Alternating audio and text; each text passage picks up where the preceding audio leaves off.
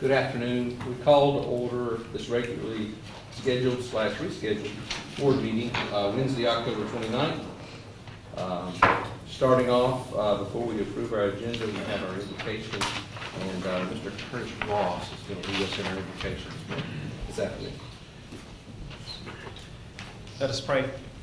Eternal, all-wise, and everlasting Lord, we honor you this hour. We thank you, Father, for this day that you've given us. We thank you for this time that you've ordained, even before the world was. Lord, we pray right now that you create a spirit of unity, oh God, in this place as we get ready to do your business and those things that are in the best interests of children. For we understand that where there is unity, there is strength. And we thank you, Lord, for providing us with the best-selling book that says how good and how pleasant it is for brethren to dwell together in unity. We understand that marvelous things will happen as a result of us working together and communing with you and being a community. Lord, we thank you now. Bless every effort, oh God. Bless every home that's represented here. Bless every entity, oh God, associated with this school district. And Father, we pray that you bless the minds and hearts of our board members, our superintendents, all of our stakeholders. Keep us, oh God. In Jesus' name, amen. Amen. Thank you, Mr. Ross. Board members, you have before you our agenda. Are there any additions or deletions to the agenda? I would like to add one.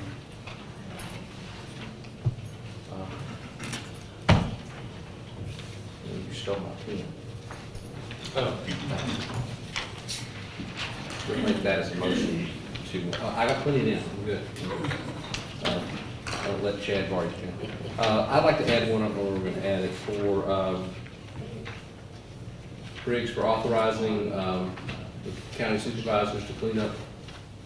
Where would we put that? What would be appropriate? It's not a consent item, so just make that N. We can make it M1 and then move the other M and N down. Okay. So it's, the item is to authorize the superintendent, discussion of authorizing the superintendent to allow county to do work on 16th section land.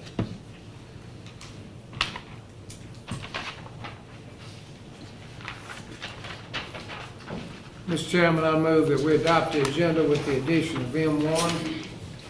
Second, Sturgis. We have a motion that has been, has a proper second. Are you ready to vote? Ready. All those in favor of the motion signify by saying aye. Aye. Those opposed, same sign. We have an agenda. Next item, first item on the agenda, introduction of visitors and distinguished guests. Well, as usual, we have our family that always returns to us. We have Mr. Smith. He is by himself tonight. You make sure you tell Ms. Smith we missed her. We have Dr. Walls, who is a prior assistant or deputy superintendent, who's present with us tonight also. I would like to introduce a couple of people that the board approved for positions who are now currently in those positions. And one is Miss Lucy DeRosset. Lucy has taken over our MDE, gave us a position, and that position is our CT administrator, and she will be working with our graduation coaches and our special service coordinators and Hines Community College to help us increase our opportunities for dual enrollment and programs for our high school services. In addition, Mr. McKellar, part of our Star Academy grant that we received from MDE that was also approved, required that we had a dedicated administrator. Mr. McKellar is that person. He is our special programs coordinator. He also works with our Scholastic Academy with both of our junior highs, so that those parents can have a go-to guy to communicate between the two high school, the junior highs. That's it. No, we got Brad Mason here. Sorry, Brad, didn't mean to leave you off. You'll be hearing a little bit more from Brad. He works with Johnson Controls, and there is going to be a recommendation later in the agenda for some information here. Okay. Next item is the approval of the minutes from our last regularly scheduled board meeting, Mr. Chairman, and a special call board meeting. Mr. Chairman, we'll call for additions or deletions to the minutes at this time. Are there any additions or deletions to the minutes of September 24th and October 14th?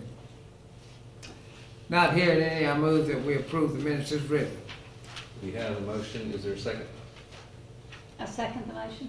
We have a motion and a proper second to approve the September 25th and October 14th special call board meeting minutes. Are you ready to vote? All those in favor signify by saying aye. Aye. Those opposed, same sign. Minutes are approved. Next item is superintendent's report.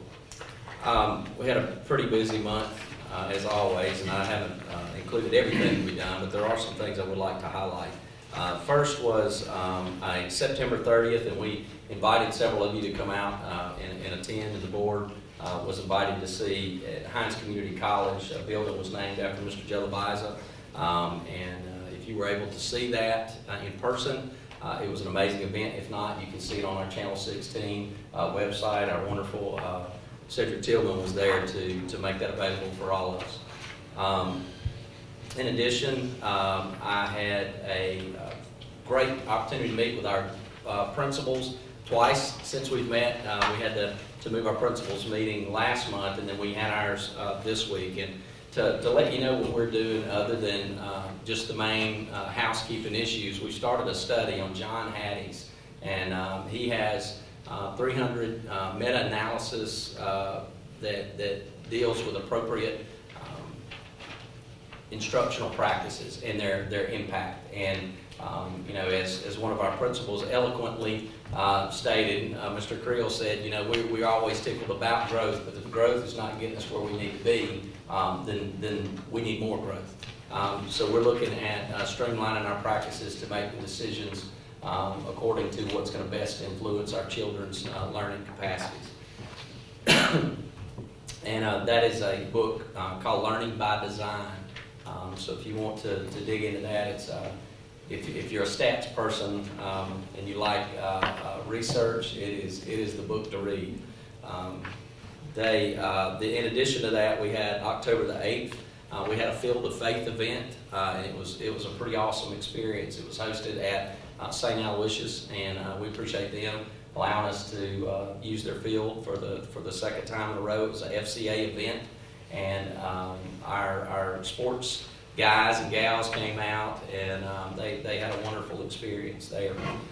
We had our first our second community forum on October the 14th. On our first one, we had about 200 people that came in, and we gave them the 7 data points of a successful school district based on research. And we asked them at what capacity we could utilize our resources to meet the needs of each one of those data points. And one of the things that overwhelmingly came out is that we wanted some community forums. So we've begun doing those. I wanted to share just a blink of some of our sessions. We had Common Core sessions.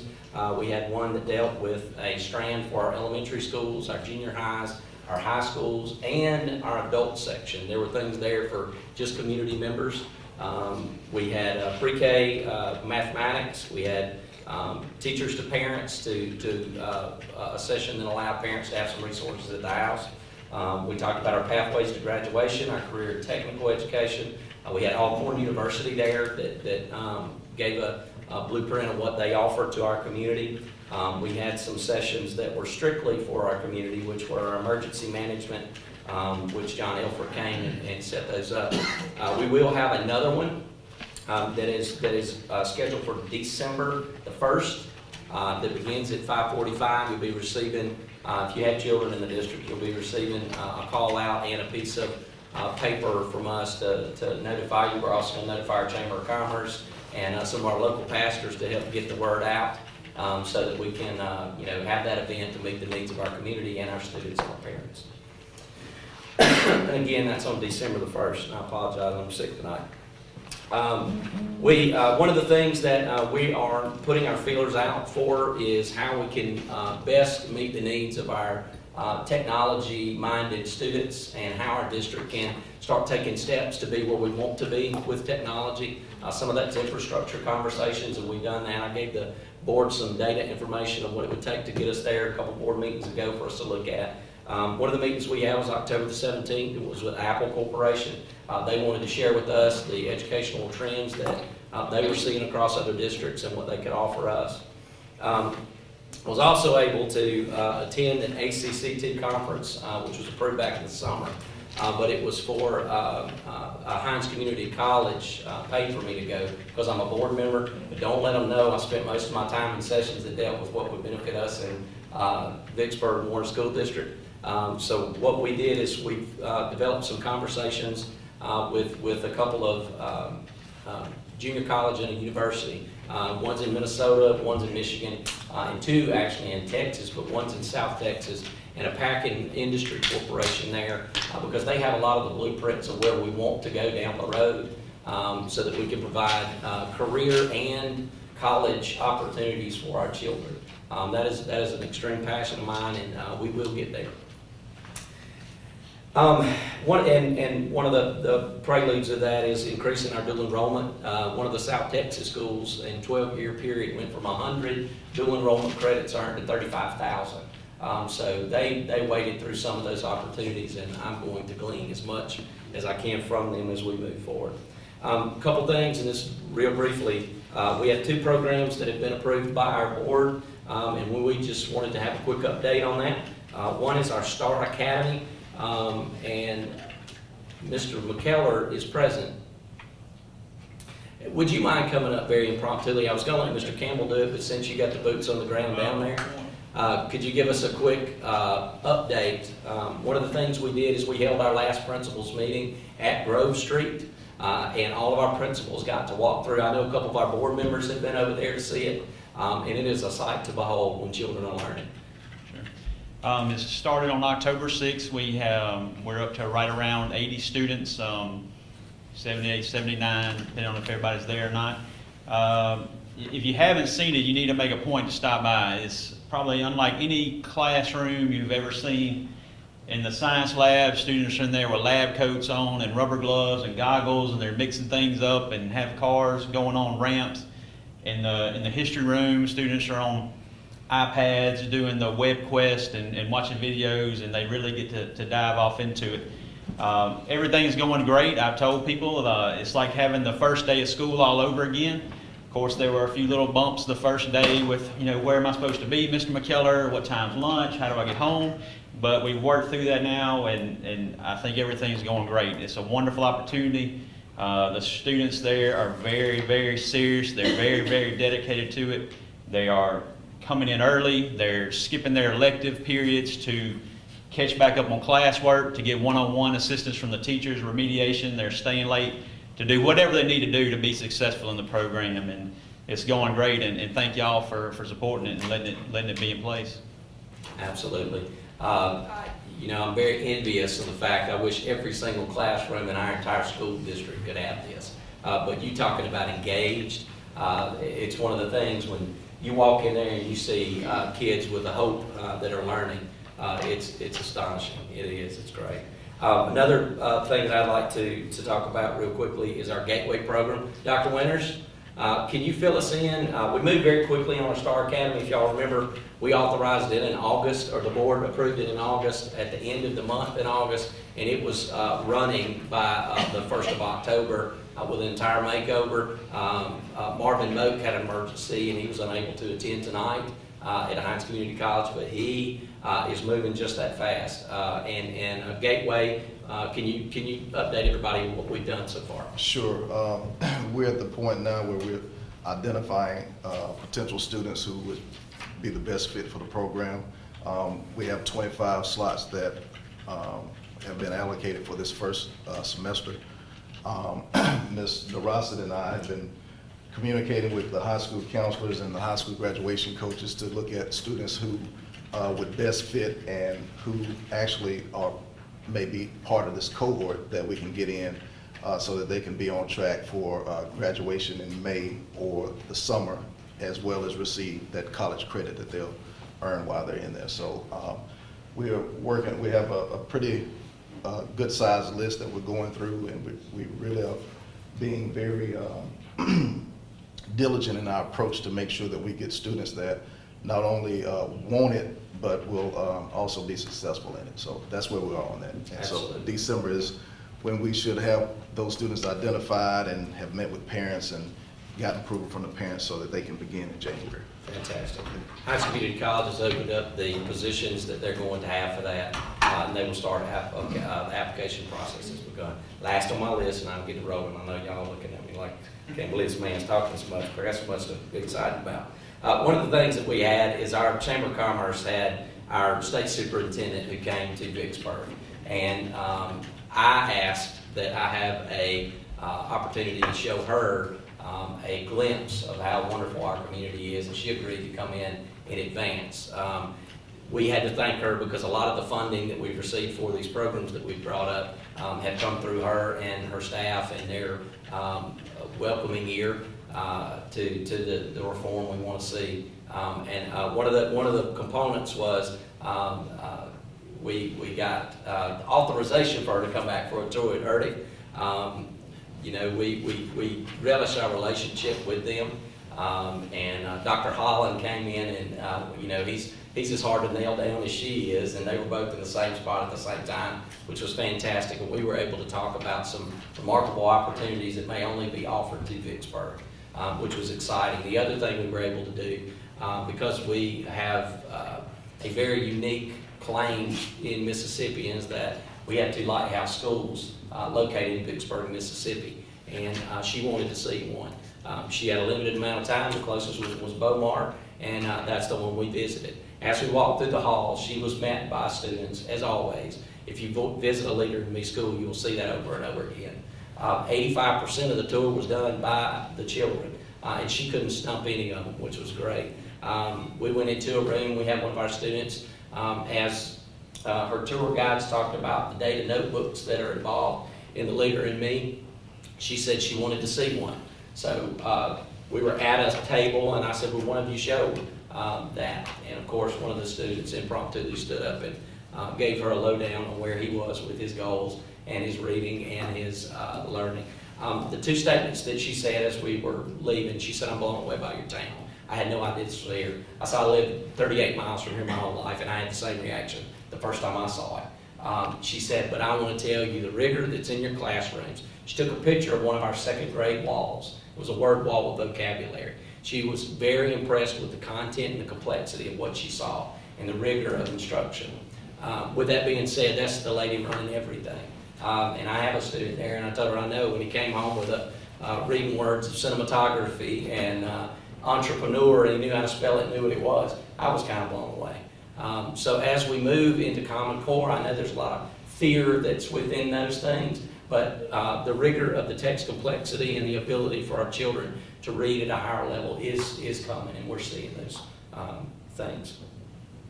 I'm done. Mr. Sheedy? Yes, sir. May I just add on to your, may we have just a brief moment for Miss Annie Childs and Mr. Mendrop, please? Absolutely. Of silence, Brent.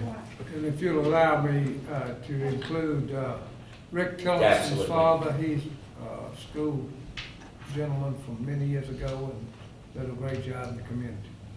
So maybe we have just a brief minute of silence.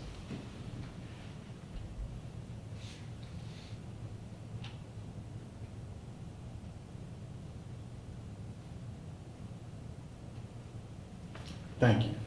Thank you, sir. District Financial Information. District Financial Information, Ms. Burke, if you would, please.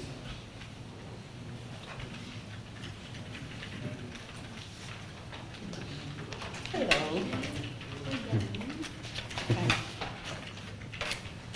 I want to start with the bank reconciliations and kind of let you guys know that we've just finished closing the 2014 fiscal year, so you'll only see 1 month of bank reconciliations, and that is June, simply because we had to wait until we finally closed the entire year for 2014 before we can have official numbers going into 2015 to make sure our cash matched what was on our bank reconciliations.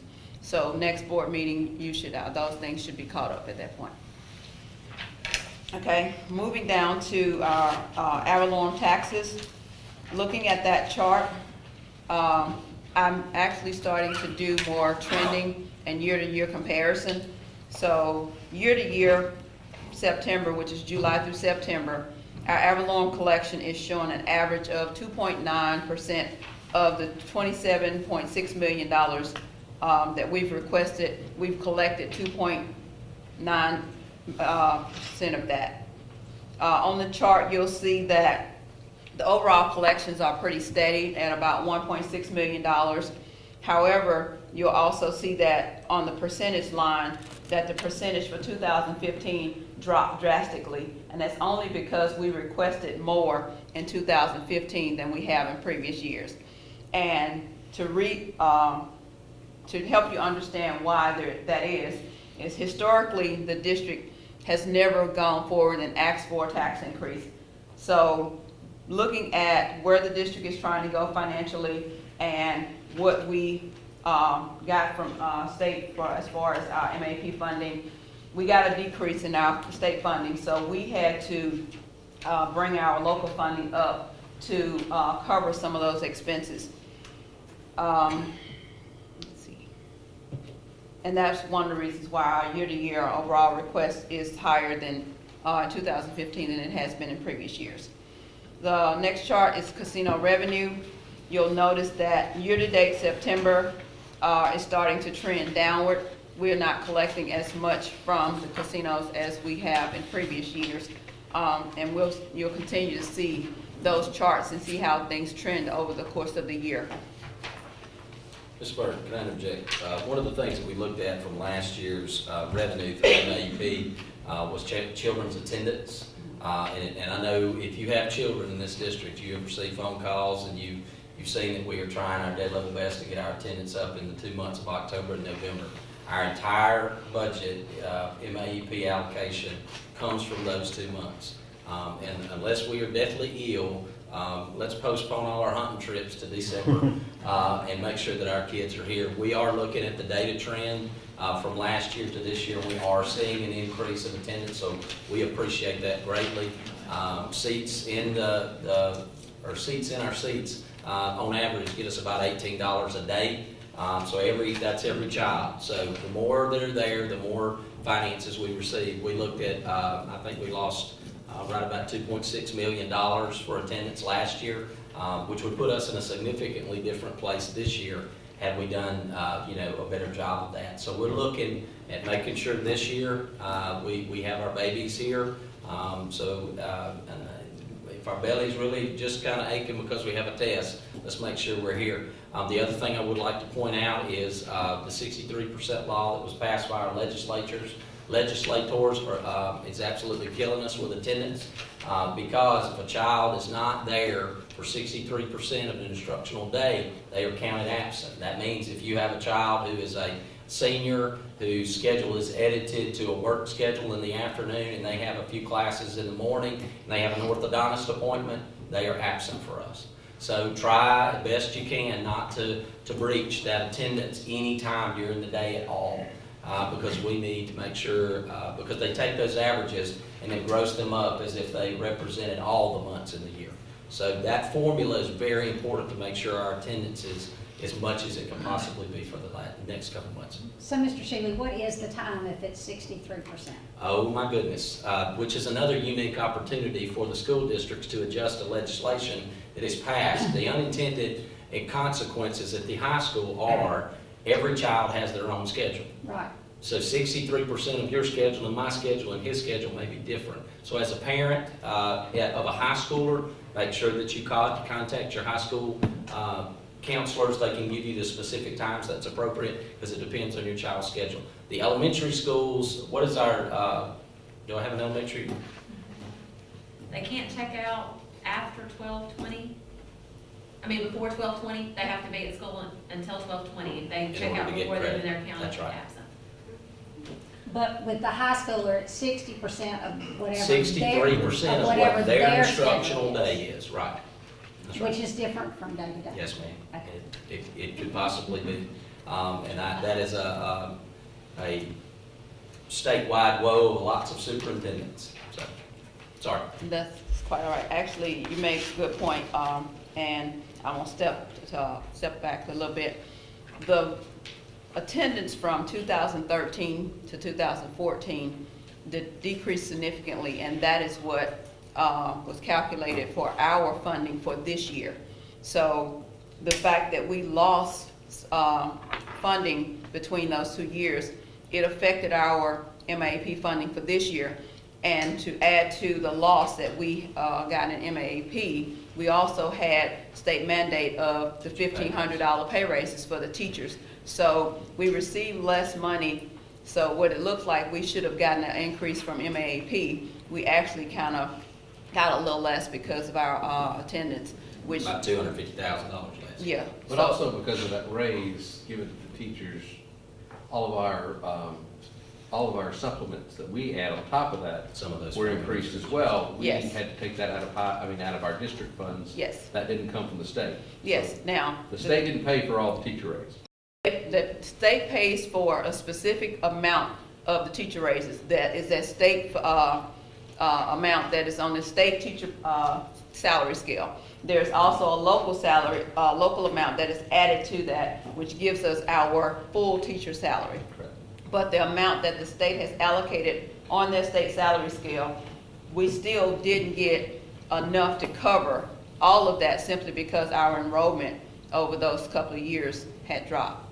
And we have another pay raise that's coming the following year. Yes, and that's what I was We're required saying. to get. So considering that, looking at our numbers at when we closed 2014, I think that says a lot about the due diligence that the team has done to keep costs low and really work to get our end of the year where we need it to be.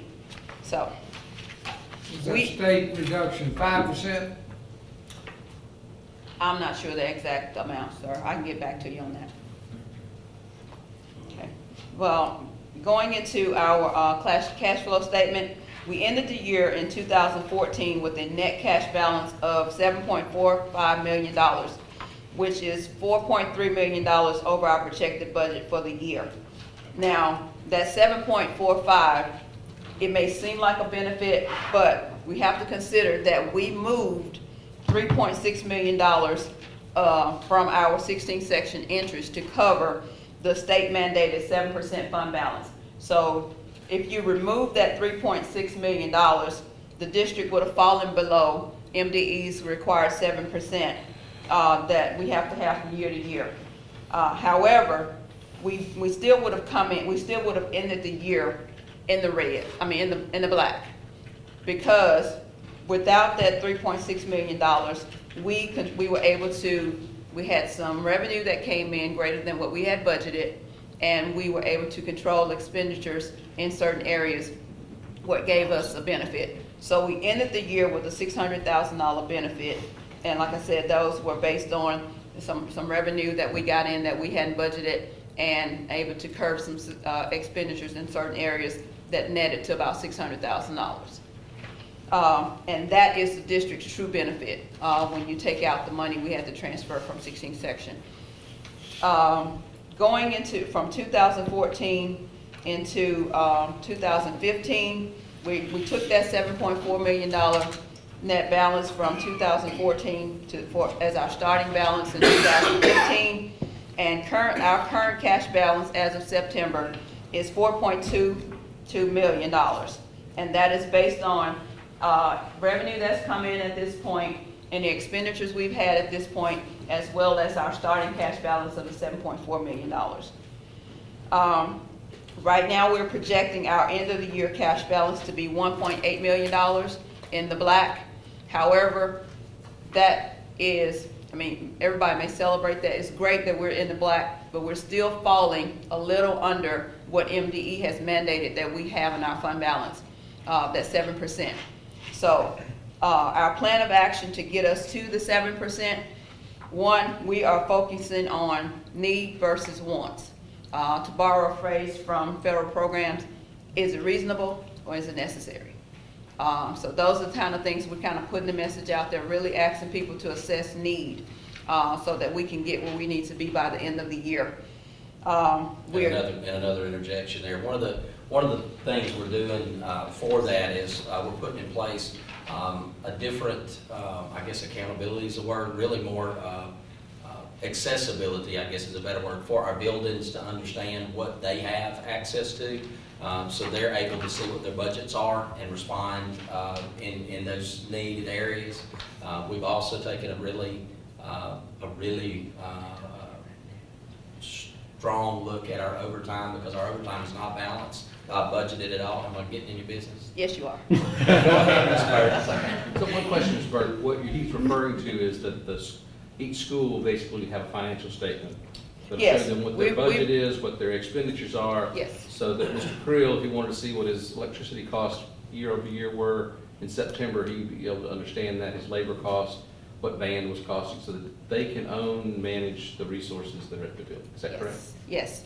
We've actually, Sid and I was working on that today, and instead of just giving them access to the green screens and Intervac, we've developed a web-based application where they can just go click on it.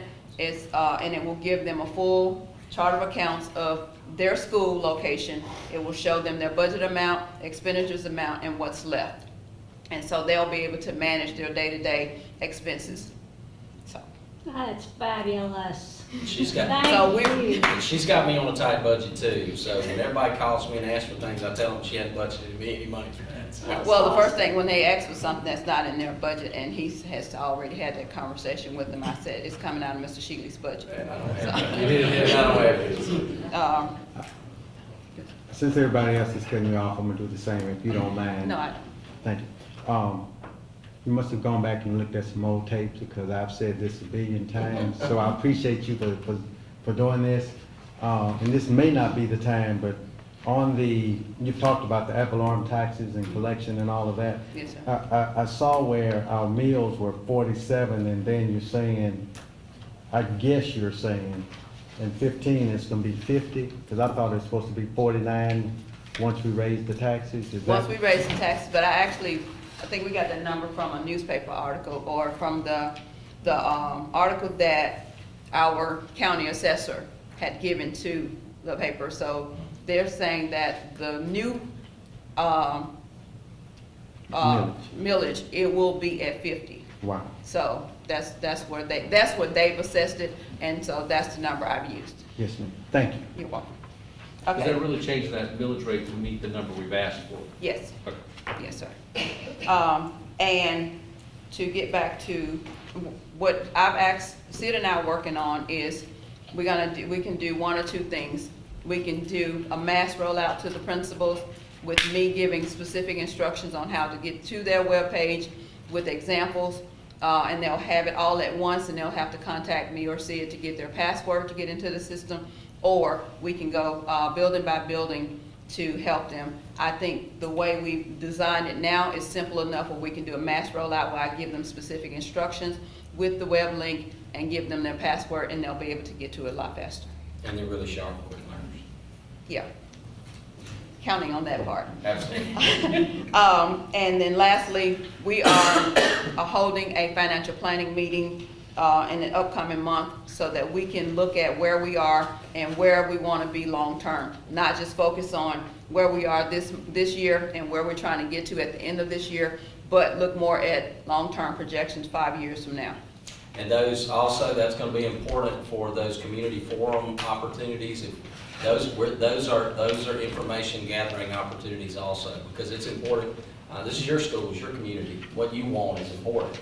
And, we know what we think, and we know what research says, and I'm gonna die in the ditch on the research side, but there's things that our community needs, and we're working with Hines Community College and a good many of our retirees to try to provide some opportunities for us as a community versus just us as a school district. Yeah, and as a part of that financial planning process, we'll start out with the administration, the top administration here with the district, and then hopefully we'll be able to schedule what we call a board financial planning session with you guys before we getting into the elements of where you're looking at personnel and contracts and all of that. So we would like to, or we have hopes that we will be able to do a financial planning session with the board to kind of help get under the numbers so you'll understand where we are, what we're looking to be, and make sure we're all on the same page moving forward. That's my financial report. Well, it was a breath of fresh air to see headlines in the paper that we had a surplus rather than a deficit. And Well- this board has always said, don't spend more than you have coming in, and it simplifies our world because we have to answer questions of the public regarding why the school system is in the hole when it really isn't in the hole. Yes, sir, and It's I, projecting possibilities. So the improvement with the newspaper communications is good under the present superintendent. And I'd like to add to that, in consideration of the board, again, I jumped into somebody's car that was already going down the road last year. And we joined, ahead to try to do what we could do. But this year, we have our goals set, and we are being very conservative to make sure that we're faithful with the taxpayers' dollars. yeah, and I know this is just the conservative part of me, but I really caution us in using the words surplus and deficit because the district is not in a deficit position because we're always managing our expenditures. Even last year, we may have looked like we were $1 million under our budget, but we still had room to make sure we get those expenditures where we needed to be before we closed out the year.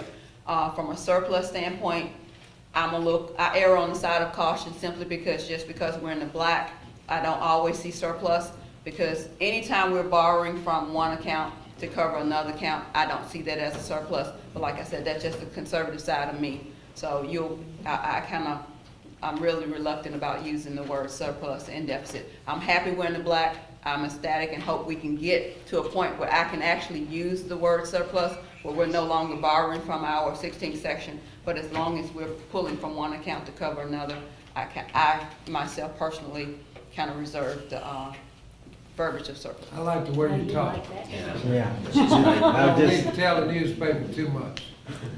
in other words, I agree with basically what you're saying. And she just said, I like that word, because had we not had 16th section, we'd have been in a world of Yes, trouble. sir. Yes, sir. World of trouble. Yes, sir. And I've been preaching that for 5 years. And The we don't wanna last two use- anyway, And we don't want to use all our savings, too. which is part of the planning. I mean, and y'all made an excellent decision when you hired her. She has done wonderful things for us, but one of the things is she's got some real nice recommendations for getting us where we need to be also. So, You know you're doing a good Thank job you, when you Ms. make Burke. somebody mad. Well, I must be on a wonderful job. Thank you, Ms. Burke. Thank you, Ms. Burke. Department of Labor update. That's her. It is. Yeah. I don't have on walking shoes, which is my state. Okay.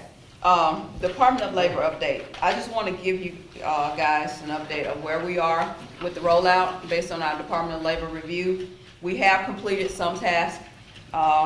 We've updated you guys, the superintendent, as well as with the recommendations for the Department of Labor. We've developed a new pay scale and presented it to the board. We presented the at-will agreement, got our board attorney, Briggs, to approve it, and we've presented that to the board as well. We've developed a document that will help our non-exempt employees decide how they want to be paid, give them an option of get paid as you go, or continue the 12-month spread. According to the Department of Labor, we cannot arbitrarily spread somebody's pay. We have to give the employees an option. So we have developed a document to give them that option. So that's one of our completed tasks. Open items. We have, Have they signed up, we've developed that, but when will we present that to them? so you're gonna take Mr. Shealy's spot.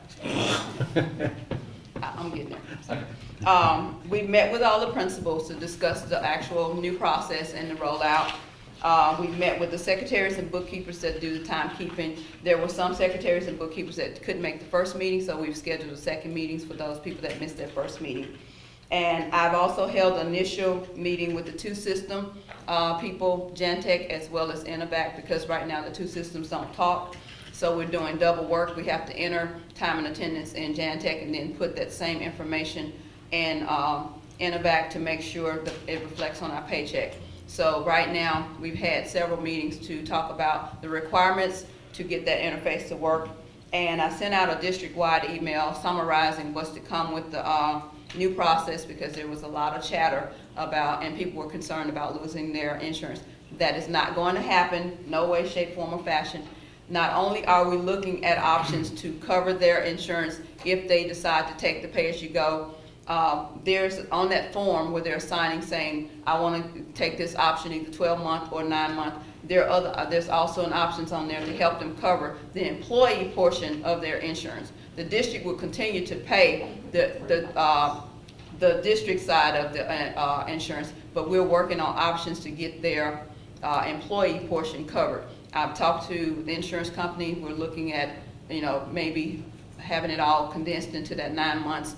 We're working on options, so people shouldn't have to worry about their insurance getting paid if they decide to do the pay-as-you-go. Now, open items. We have, like I said, we have a departmental level meeting that I'm going to schedule based on our rollout. I have not done that rollout simply because, hold on 1 second, before I get to the open items, in progress, that's what I'm looking for. Like I said, I've scheduled a meeting with the bookkeepers. I'm working with Jantech to develop the interface, and then I'm also working with Innovac and Jantech to talk about timelines and associated fees for the system modifications. And as you know, anytime you make an upgrade or modification to a system, there's an associated cost. Well, I got those numbers in earlier this week. Innovac will cost us a flat fee of $10,000 for any system modifications for the payroll system. Jantech, because they're more specific in the tasks that they're happening to perform, their cost was broken out in their total, which the total cost came to $67.20. So the total projected cost right now for us to do payroll modifications to our system is $16,720. Will that save us any labor that Yes. could offset some labor costs? Yes. Like I said, right now they're double entering. Yeah, right now they're doing the double entering based on what we've been talking about as far as requirements. If they can put it in one system, we can do a weekly upload or weekly interface into our main system, and it would have everything we need. It's just a matter of getting the two systems designed to where they can talk to each other. And the good thing is we already have a server that we can use here, so we don't have the added cost of buying a server to accommodate So that. have they interfaced this before, or is this, are other districts using the same software and this interface has been done, or? Innovac has interfaced with other time and attendance system. They have not done it with Jantech, which is why we're still having to work out requirements. If it had been another time and attendance system that Innovac has already worked with, the requirements would already be there. They would know what they need as far as coding and all of that. So because this is the first time that they've worked with Jantech, we're developing coding, we're developing layouts and all of those things, and that's what we're working through now. Okay, and lastly, like I said, open items. We have to have the departmental level meetings. I'm reserving scheduling those until we know how far the timeline for the system modification is going to be. I don't want to start having those meetings, departmental meetings with the employees at the employee level, and they tells us, 4, 5, 6 months out, we're going to still be doing system modifications. Then we have to go back and bring the employees back up to speed as to where we are. So once we get a better handle on the timelines with the system modifications, I'll start scheduling those employee one-on-one departmental meetings. We still have to update our payroll system from annual salary to hourly, and like I said, that's all depending on our payroll modification timeline. Meet with the administration team to finalize any budgetary impact on that, to make sure that once we put these people in the system as hourly, we're understanding what the impact is going to be from overtime and all those other things. follow-up communication with the district employees about the implementation date, the rollout date, and finalize preparation for full implementation, and then work with Dr. Winters to get our board policy updated. And before we conclude the superintendent's update, located in front of you, we, gave you your test results at a prior board meeting. This is individual school plans based on that data that you receive from every school.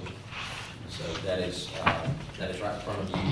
Beechwood Elementary is on the top. It's that right there.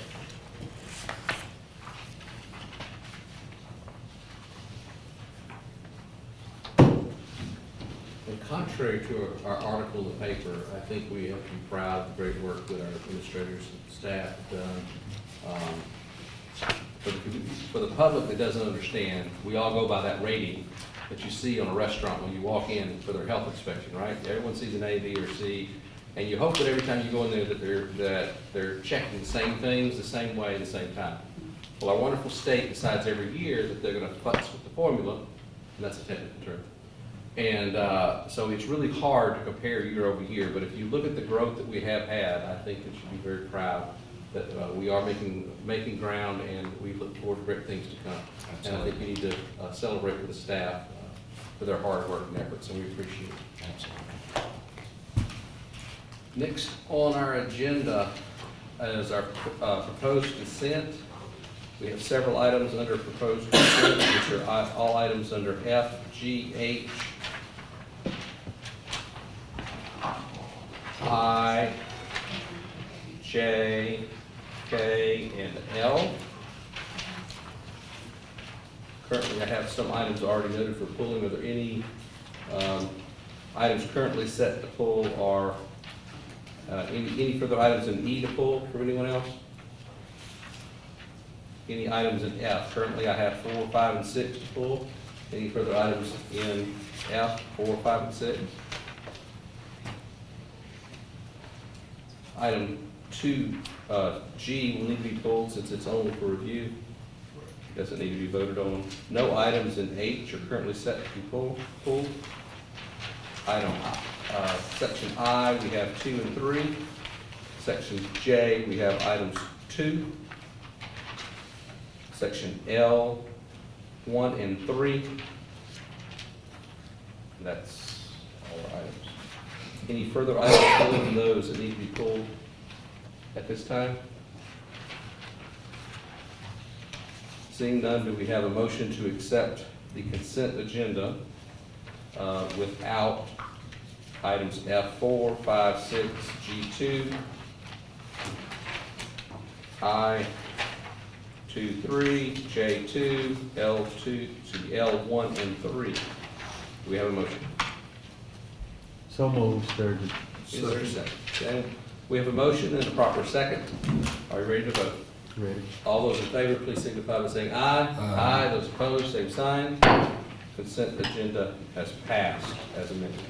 First item up for discussion under general items F4, single source purchase for Sherman Avenue. Thank you, Mr. President. Just one question, or maybe one question would be a and B. We bought this from the single source company for another school. And how effective has this been for the school that we purchased the $14,000 for? Has it,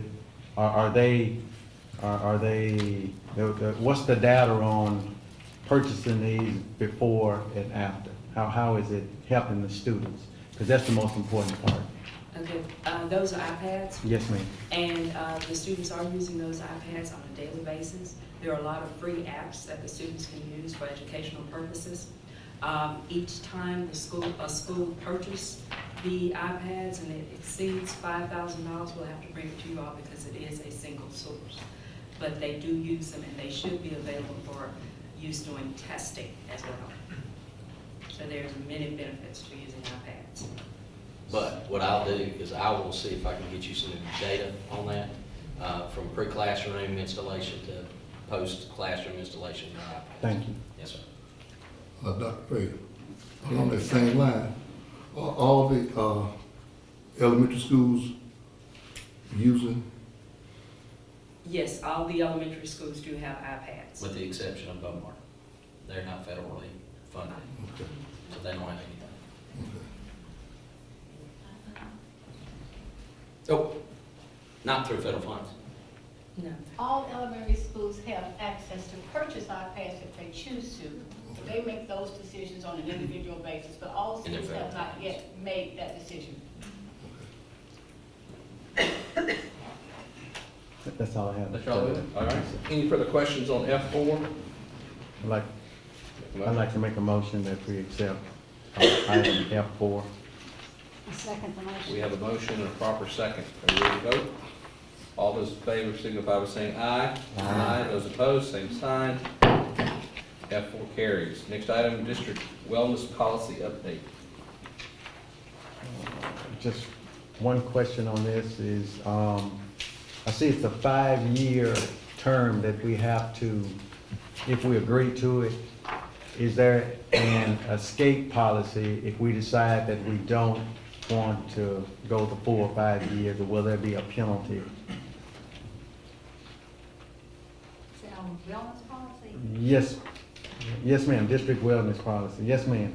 It's, to govern the removal of the fryers and I don't Okay, want. that is individually, basically, we have to look at that when we apply for the Bauer Foundation grant in the state of Mississippi. And we have to agree to pull those fryers out of schools that receive the Bauer Foundation grants. And we have done that, and every school has received the Bauer Foundation grants. And we only have three more schools that we are trying to apply for grants in the future, to try to get those combi convection ovens. Regardless of having the fryers or not having the fryers located in the school, we are not frying anymore. And we just consider that we're using baking and other processes to cook. So we do have some schools that still have existing fryers in the schools, but they have not been operated for over 5 years. So we're not using fryers? We're not using No, fryers, fryers at all all. have them.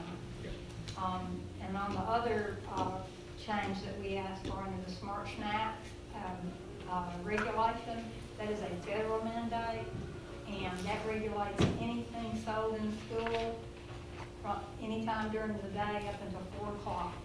Those regulations are implemented. That includes any type of sales, anything, fundraisers that happen during the school. All of those have to go under those federal regulations now. And they have something called a smart snack calculator that the federal government has a link to, and we taught all health coordinators how to use that. So when you approve any of your fundraisers, if it has anything to do with food, and it's going to be during the school day, they should have a nutritional analysis attached to that to make sure that they're meeting those mandates. But So that's what- if you're selling pizza to be delivered after school, we don't care. If it's But after if it's candy school, bars during the middle of the day, right. that affects. Yeah, it has to meet, now, if it meets those guidelines, you can do it, and it still has If to you meet. can help me get candy bars to meet those guidelines. It's about portion size. There's no fun size, that's the reason they We make might it. have little teeny tiny, but, you know, we've given them options of a lot of different things that can be offered and still stay within those guidelines. But this is not just our school district, it's every school district in the United States. And I would also like to commend Ms. Kavanaugh and her staff. One of the things we did, actually did this last year, we changed all of our food-based outsourced fundraising events or parties or anything that are reward ceremonies. She's created an in-house menu of those nutritional foods that our principals can request in-house as opposed to having to go outside to vendors, and we're not sure of the content of some of those things.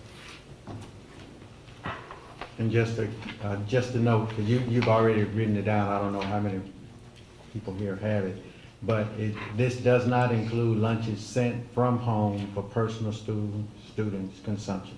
So if you bring it from home, you can eat whatever you want to. Is that pretty much the? Yes, ma'am. Okay. For your child. Okay. For your child only. Yes, ma'am. Okay. She's asking, okay. I'd like to make a motion that we accept F5, please. Second. We have a motion and a proper second. Are you ready to vote? Ready? All those in favor signify by saying aye. Aye. Those opposed, same sign. F5 carries. F6, authorization for the proposal / energy efficiency program. Absolutely. Wanted to pull this, we gave opportunity for our board to talk individually or in small groups so that we wouldn't have any quorum issues, because the comprehensive plan of saving money involves multiple things. One of the things that I was made aware of by Johnson Controls, and they are just one vendor that offer this, but it is the opportunity to take our current expenditures for our energy consumption and look at ways to utilize those funds and make improvements to our schools with no additional cost. And that perked my ears when I heard it, because you know, if I can get some stuff that's going to save me money for the same money I'm already going to be spending, then come talk to me. So what we did is I've done that. He met with, I've run his shoes off, I know, but I appreciate Brad, you know, coming. He can give us a Cliff Notes version for the whole meeting to talk about what they offer, but the proposal itself is not necessarily to go with Johnson Controls. The proposal is an authorization to request proposals from any energy company out there that can provide this particular service. And the thing that I keenly liked about what they offered is they guarantee once the contract is there, and if our bills are higher than what they thought it was going to be, they write a check to me. So it really got my attention. So Brad, if you don't mind, could you come up and give us a quick overview? Absolutely. By the way, do you need another job? You're doing a good job. Thank you. This is just a really quick overview. I know I've met with several of y'all and gone over this program, and I don't want to, y'all are welcome to flip through this presentation. I don't want to go by it verbatim, but basically what this is an energy saving program where our engineers go out, or the engineers of the selected company go out, look at your facilities, your lights, your air conditioning, your toilets, your internet, your telephones, and say, okay, how old is this stuff? Your budget is, say, $1 million. If you upgrade to new stuff, as we say, then your utility bill is going to drop down to $750,000. And that $250,000 is what you would use to pay for all the new stuff. But here's the kicker. If the energy company comes in there and says, we think we can save you $250,000 a year, and the first year it comes in and we've only saved you $200,000 a year, we got to write you a check for 50 grand. It's a budgeting tool for you to know, to take the risk off you guys to the energy company, so that you're getting the new stuff, your kids are getting the best lighting possible. When we go in there, we have to make sure all the 50-foot candles meet code. You're gonna have, your kids are gonna be comfortable. We're gonna make sure the rooms are all comfortable.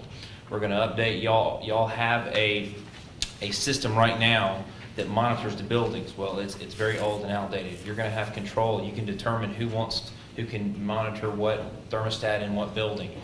You can set controls on it, so at night at 5 o'clock you want all these lights to turn off. So the ESCO basically will, as we call them, Energy Services Company, will work with your staff to do all this. But it's a very detailed look at your facilities. When the superintendent approached us, we came in and spent a day looking at some of your high schools and your junior highs and middle schools, looking around and seeing if there's even an opportunity. Well, there is. There's an opportunity. Y'all have had emergency action items where you have to buy a brand new chiller that is not in your budget. We're going to take that off your plate and put it on us, because we're going to make sure the ones that you want to keep, you keep, but the ones that we put in, there's going to be a warranty on them, and we're going to guarantee them through the life of the contract.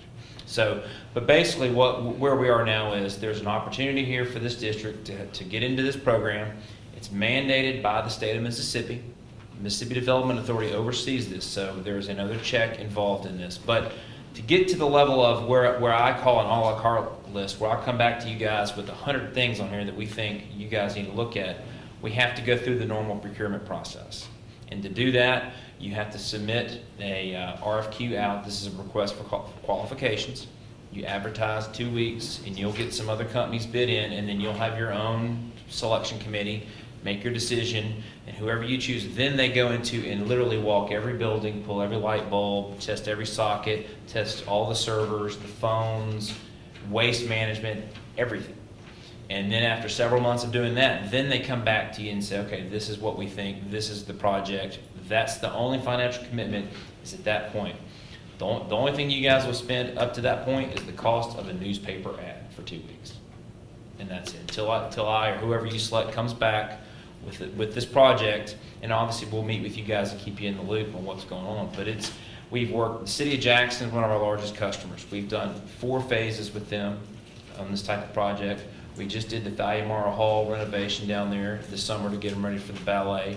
Hazel Grove School District has done it. We did the first new construction performance contract with Oxford High School. It is the state-of-the-art technology high school that we did up there. We've done Aberdeen, Cleveland. We've done a lot of schools, and it's really a good budgeting tool for us to come in. And I'll be honest with you, if we get to the point where there's really not an opportunity, we'll come back to this board and tell you, hey, y'all are doing a good job.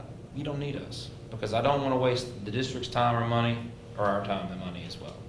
So that's really kind of where it is, and I'd like to, any questions that you guys have, feel free to ask me. But we're really here just to ask for your approval to move forward with the procurement process and move through the advertising. The other thing I'd like to point out that was very tasteful to me as a superintendent, at the end of the time of the contract, all of the savings fall back on the district with the new equipment. That's correct. And a couple things here. I just put a couple things, pictures of your schools in here. I mean, obviously lighting is going to be a big deal. We're going to go in, and some of your schools are under code right now. We walk the halls and they are very dark. We're going to change all that to the best lighting we can. Water conservation, your waste management. Why do we have the trash coming being picked up 3 times a week when you only need it once? So that's something that we'll take a look at. We'll put sensors in there and say that'll alert the waste management company to come pick it up when it's full, which that makes sense. Technology. We did a lot of work up at Oxford on their Wi-Fi system and their servers, and that can be included in this as well. So I know y'all had talked earlier about with Apple. That's something we can get with and work with them on that as well. And we did the first system like that up in Oxford High School. Telephone upgrades. That's a huge expense that we can help save money on. Voice over internet is we all know, that is the future. And that's something that we can take a look at, lower those telephone bills, get a flat rate, no long distance charges. That's a really good opportunity for you guys to look at. Of course, your chiller and boiler replacements, that's speaks for itself. We all know that when you have old buildings, you have old equipment, there's a certain life on them, and we'll take a look at them. And if there's some that are kind of in between, we're going to tell you, okay, this one's got 15 years left, 10 years left. What do y'all want to do? We don't do anything unless you guys approve it. No decisions are made until the board actually decides what off that list that I was talking about y'all want to do. Y'all do have a lot of electric heating. We think it'd be wise to investigate in natural gas heating. As we all know, electricity prices have gone up. Natural gas has stayed flat. And it's gone up a little bit, but overall in the long run, that's going to be a better fit. But that's something that y'all will be able to decide if you like the way the numbers are run along those lines. And like I said earlier, updating your energy management control. We came several months ago, went to the back office there. You had the old dial-up system for some of your buildings, and that's very old. But it's working, but it's not the most efficient. So we're going to be able, so some of your guys, but on their iPhones or iPads, could have controls of know what's going on. They're going to have alarms set on there saying, hey, it's 7 o'clock. Why is that thermostat not up to 78 where it should be? So we're going to be able to help you do all that. But that will all come after the selection process and the procurement. So like I said, let me reiterate, there's no financial obligation of this board or school district until the selected ESCO comes back with a project for you guys to take a look at. The only thing you're out is the cost of the ad for the 2 weeks. And you may go through the selection process and you can decide you don't want to go forward at any time. So before you even get to the selection, you can table it if you want to. But until we get to that point of going through this legally required process, we can't really fully develop and find out what's underneath the weeds, if you understand what I'm saying. The academic impact is our primary concern here. When you're talking about, when he mentions our lighting are not up to code, that means that we have children that are learning in environments that are not adequately lit. And that has an impact on the educational process. In addition, our, the financial side is obviously a big concern because we have some pretty antiquated buildings. They've been good to a lot of us. A lot of us who are retired, these buildings have been good to. And, but with that comes old building woes. So looking at this is an absolute necessity for us to be able to continue to be fiscally responsible. Absolutely. I'm here for questions or. I'm good. Any further questions? I make a motion that we go with the newspaper ad. Second. We're approving a request for proposals. Is that the proper way to say it, Greg? Yeah. I make a motion that we approve the request for proposals. Is there a second? Second. We have a motion that has a proper second. Are you ready to vote? Ready. All those in favor, please signify by saying aye. Aye. Those opposed, same sign. Get us some proposals. Before Good work. Brad and his group move on, I do want to thank them because very rarely do you have a company that walks in and says, hey, I may not get this, but I'm going to do all this work for you. And they've been wonderful at that, and good luck. Thank you, and I've got a meeting with you to formalize the process on that. Sure. So, but, and the other thing I'd like to say before I leave is, this project in itself will provide local jobs, okay? Because when we come in and oversee as project managers, we're gonna hire local contractors. So that's the other thing that you guys can say is, we're gonna be able to use local electricians, mechanical engineers. We're gonna bring all those to the table. So it's actually a boom to the city of Vicksburg. We're not coming in from Texas, we're not coming in from Louisiana. We wanna use local people inside this city that can help, and we want to keep the money here. So that is my pledge to this board, is we will use local contractors. So, thank you all very much. Appreciate it. Next item that was pulled was a section of board policy that is really just there for our review. So at this point in time, we can entertain a motion to table that item. Is that right? I'm sorry. May I say something, because there's some missing points in this. Yes, We're sure. supposed to review. G2? Yes, sir, just for points, so when they go back and you read it, I'm sure all of us, you made all of us read it. But in the inter-district transfer, and I don't know where, yeah, there it is, inter-district transfer procedure. Okay. Under C,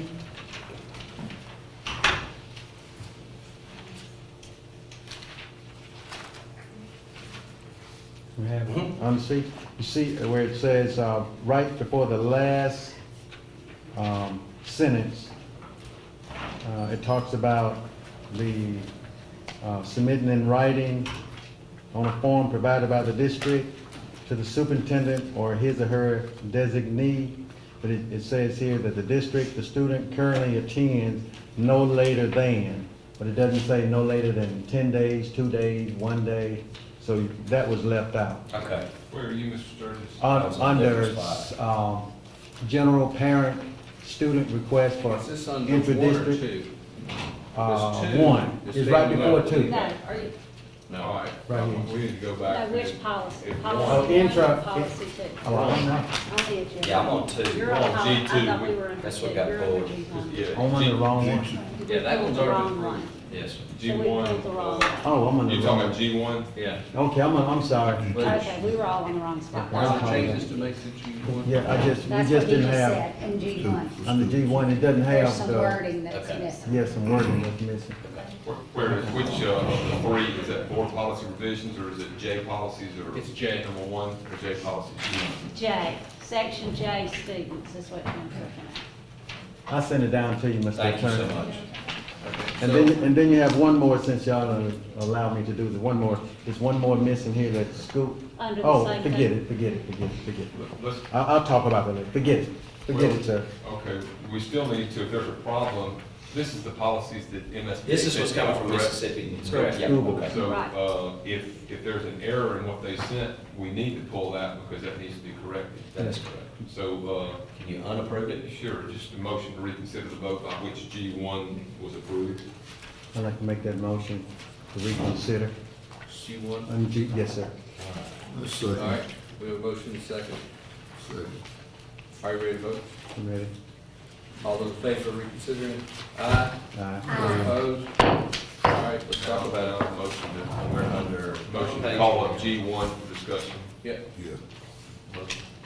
that's what it was. Yeah, but it's technically for the minutes.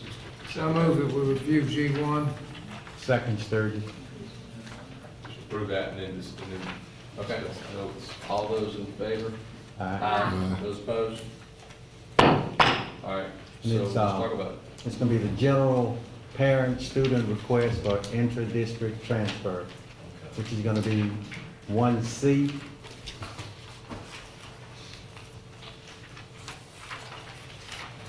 What's the four-digit Policy code. That's your top right hand side. JAJA. J, BA. JBCDA. J, B, C, D. Find that.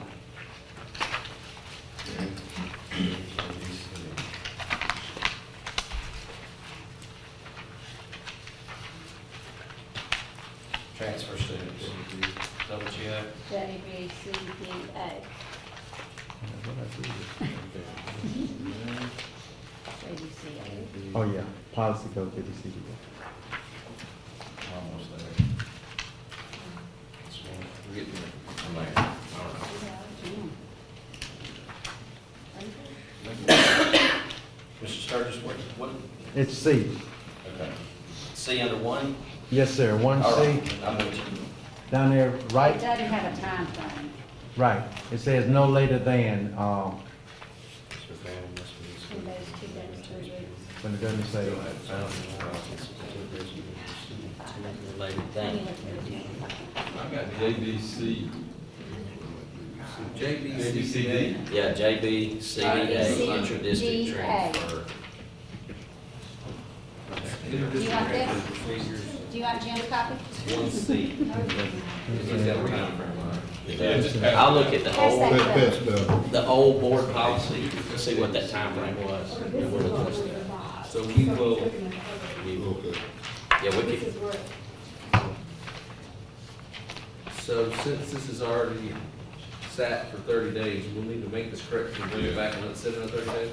No, you can, that's the whole purpose of tonight, to have whatever corrections finalized, gives everybody an opportunity, which. you know what the old policy said on that specific one? I mean, you can put it off if you want to, but you can go ahead and make Oh, a there it decision. was. JBCDA. So the old board policy, JBCDA is attached. Okay. Right, that's not one. Star Academy is not. Go ahead. We didn't know anything about it when they made this up. Which one is it? That's the alternative school program. Why don't you do this? A good catch, Mr. Sturgis, why don't you just, go ahead, unless you got any other problems, table it and get MSBA to send over. Apparently they left something out. And they also, Jim It said never they referred left to out Star Star Academy. Academy, We need to add Star Academy to the alternate schools. the alternative school. Okay. Thank you. So we just table it until we get it all fixed, not approve it tonight, is that what you're saying? I think that's the best thing to do, rather than trying to take 30 minutes to approve those two things. So do we have a motion to table G1 So moved, Sturgis. for second? Second. We have a motion, proper second. All those in favor of tabling G1, say aye. Aye. Those opposed? G1 is tabled. We pulled, we've already pulled G2. It's really here just to sit for 30 days, so if you would also like to table G2, I would entertain a motion. Unless you have one to discuss it. Do you have items to discuss on G2? No, sir. Okay. No, sir. Do we have a motion to table? Motion to table G2. Is there a second? We have a motion and a proper second. All those in favor of tabling G2, please signify by saying aye. Aye. Those opposed, same sign. G2 is tabled. Next item is under I, which was out-of-state travel. I-2, which was Vicksburg High School, New Orleans, Louisiana trip. Yes, sir, just a yes or no, and under, it says that the number of students attending is 25, and then she tells us that on the second page that it's gonna be 20 students, I know that's a small caveat that may not be important, but if we do need to know whether it's gonna be 20 or 25 students. Do we have anybody here from Vicksburg? Just Yeah, in- I'm actually responsible for that, except for the 25. Okay. I just decided to kind of cushion the expense for the students. I had people that asked to go, and I didn't want to deny them the opportunity. You all gave us the opportunity to go, so that's why I have a revised copy here if you need it for everyone on the board, but it's actually going to be 25 students with 5 chaperones. I'd like to make a motion that we, it's gonna be 25 students, so I'd like to make a motion that for the out-of-state travel for, I-2 be approved. Is there a second? Second. We have a motion and a proper second. You ready to vote? Ready? All those in favor, please signify by saying aye. Aye. Those opposed, same sign. I-2 is passed. I-3, Scholastic Academy, Orlando, Florida. It's one- Out-of-state travel. Yes, sir. This is no cost to the district, is that correct? Am I reading? Yes, sir, that's correct. I'd like to make a motion that we accept I-3. Is there a second? Second. We have a motion and a proper second. All those in favor of approving I-3, please signify by saying aye. Aye. Those opposed, same sign. I-3 carries. Next item, J2, certified personal recommendations and status changes.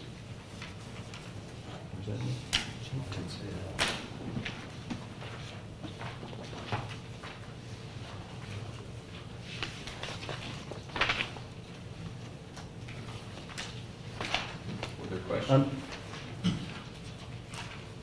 Are we,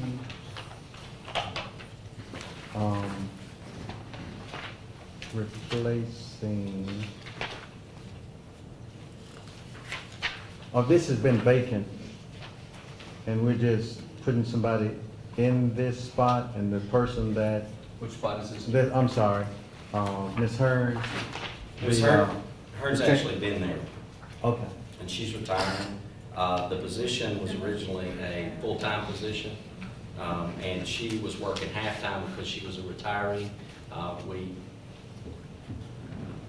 Ms. Hearn is going into the full-time position that had been served Oh, as part-time. okay, I apologize. Right, yes, that's where I was going. That person is transferring into this position. That particular position is requiring, because the increase in the types of testing that we have that are coming from the state, and the increases in technology, that needed to be a full-time position. So Ms. Hearn is moving into the role that was being provided for by, Ms. Taylor. yes. okay. So it's a transfer from one of the buildings into this position into an existing position. So it's But part, it's provided. it was It's- done part-time, but now it's gonna be done full-time. The original, she was only doing half-time because she was a retired teacher. She retired and then stayed on with the district, from what I understand. Yes, sir. And the position was a half-time because she worked over her. But the necessity of that position, in its original intent for a full-time position is absolutely necessary at this point. And she didn't want to fulfill that because it would breach her retirement, so she went on ahead and retired. So the person filling this position, Is a current employee that's being transferred. is that lead teacher position to be backfilled? Oh, yes. Thank you. I'd like to make a motion, we accept J2, please. We have a motion, is there a second? Second. All right, we have a motion and a proper second. Are you ready to vote? Ready? All those in favor of approving J2 certified recommendations to change the status, please signify by saying aye. Aye. Those opposed, same sign. J2 carries. Next item, L1, professional development contracts. Yes, sir. It doesn't, my paper doesn't show me how much it's gonna cost us. I see a contract for another consultant, and I'm just. Which getting a one is little- that? I'm getting a little, we're getting consultants and getting consultants, and I hope that it will. Right, Jim? Sir, yeah, I'm sorry, L1. Oh, Yeah, okay. there's two on L1, there's two consultant contracts, right? There's one for greenhouse educational consultants and one for performance-based education group, correct? From Greenhouse or something? Yes, sir. Yes, sir. Yes, sir. Yes, sir. And that's paid through federal funds through Title II. Title II funds are required only to be spent on professional development. Does it, how much it's gonna cost us? On the contract, it's $1,000 a day. How many days are they gonna be with us? It depends on the school. It depends on whatever the school would like to have. Do they stay all day or just part Full of the day? If they do perform for a full day, it's $1,000 a day. Do they, it's the teachers that they're doing professional development with, is that right? Yes, sir. Okay, so if they take them out during that day, do we have subs to take the teacher's spot? That's usually during their professional learning community, Yes, ma'am. which is their, sort of their planning period. Yes, ma'am. And the the coordinator, the consultant works with them during that time. So they work one-on-one with individual teachers during their planning period? Well, usually the grade level, Okay. usually at grade level, or in that case, the department, Okay. during their planning time. So everybody has a planning time at the same time? The department usually does. Yes, ma'am. Let's just say. Teachers, that- I'm sorry. Please forgive me. Teachers I'm speaking of, all of them have the planning time at the same time? So I'm just trying to make sure I can gather this $1,000. Yes, sir. If By it could- grade level, Yes, ma'am. there should be third grade planning time, there should be a fourth grade planning period, there should be a fifth grade planning period, and so on. They're called professional learning communities. In the high school, it may not be by grade level, but it may be by department. So this is a high school professional development contract, so it may be by department. Okay. So that means So the the English science teachers department- would be there, the English department, the social studies department. In this case, it should be science, Will all have the same period off so they can do it. so they can work with that professional development consultant. So that'd be that'd be $1,000 for just, if they have all four of them in at one time, it'd just be $1,000. They should be there all day, sir. You got the science department for the 9th grade, you have science department for the 10th grade, you have science department for the 11th, Yes, ma'am. and so on and so on. The teachers will rotate in with the consultant. Okay. And so it'd just be $1,000 for that one day? For that one day. But they will be meeting with a lot of teachers. They should Yeah, be right. moving with a And lot that's of what I teachers. just want to make sure that we don't. It's not It's not one $1,000 for science, 1,000 for math, and 1,000. No, sir. Okay, okay, What? okay, Okay, repeat that? This is just science. okay. This is just for science. Laura, who's- No, this one is for, Yes. Wasn't it No, it's just not science? one-on-one. I want to make sure I'm answering your question. We're not talking about one-on-one, Mr. Sturgis. Yes, ma'am. Okay, A group? we're talking about a group, Yes, ma'am. and we're talking about all day, Yes, for ma'am. $1,000. Okay. But they don't miss any class time with the students, right? No, sir. Wonderful. And that's left up to the building principal to make those arrangements. Yes, ma'am. Okay. I just want to make sure our professional development days are spent for the kids and that we increase and don't decrease, because we've been spending a lot of money on professional development, and I have not seen a pleasing stat yet. The data may be coming in later because that's the data man right there, and he's gonna make sure he gets that to me. So I hope that this will turn for the best.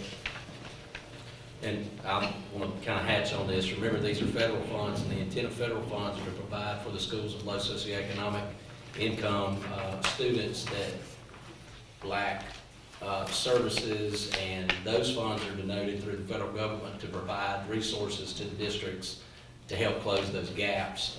This is with district funds, I know you know that, but with the federal side, they're really focused on specific things, and that is at the building level. All the Title I funds are tied directly to each plan for each building, but the Title II funds is really the only resource that our high school folks have, because the districts made the decision, even though they qualify, because they have free and reduced lunch students also. This is really our only opportunity to take those federal funds and benefit those children at our high schools to provide PD, because Title II is only used for PD. Yes, sir. any further questions? No, sir.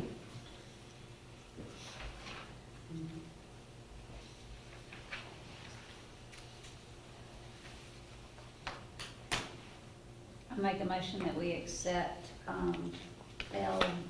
Is there a second? Second. We have a motion and a proper second. Are you ready to vote? All those in favor of approving L1 professional service development contract, please signify by saying aye. Aye. Those opposed, same sign. Motion carried. Next item was L3, professional development and Voyager Learning,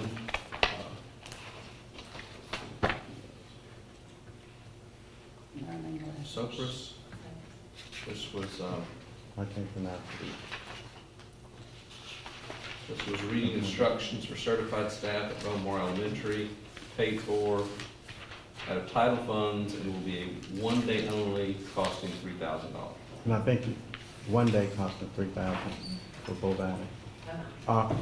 Are any of the other schools asking for this under their reading? This is mighty stiff price for one day So the reading. state, I believe, is now, the consultants are out of state, Mhm. and that includes all of their out-of-state travel, airline tickets, the meals and everything, so that's why that's more expensive. And this is in conjunction with the literacy training, Mr. Sturgis, that the teachers in the district and statewide have been going through Yes, ma'am. in order to help prepare our children for the literacy-based promotion act requirements that those third grade students are going to have to meet. Yes, And ma'am. this is really targeting that literacy instruction to make sure that we're doing as much as we possibly can to make sure those kids are ready by the time they hit the third grade to meet those requirements. Please ask the other kindergartners, first, second graders, schools to talk with you also, because if we do that and it performs real well at Bovana, we don't need anybody to be retained in the third grade. So I think it'd behoove the other How many teachers schools. are gonna be All at this? all of our elementary schools have been trained, the letters training. That's great. How many teachers will be at this? It'll be the teachers that are in my building. She'll actually be able to come in and take some of the training that they've had and actually go into their classrooms and apply and see what they're doing and offer suggestions on how to tweak that and how to better provide services within each teacher's individual classroom. Letters training is a little caveat, I know we're running long, I'm sorry. But it is one of those paradigm shifting educational opportunities. If you know anything about education, one of the most prescribed things to be able to do is teach a child to learn.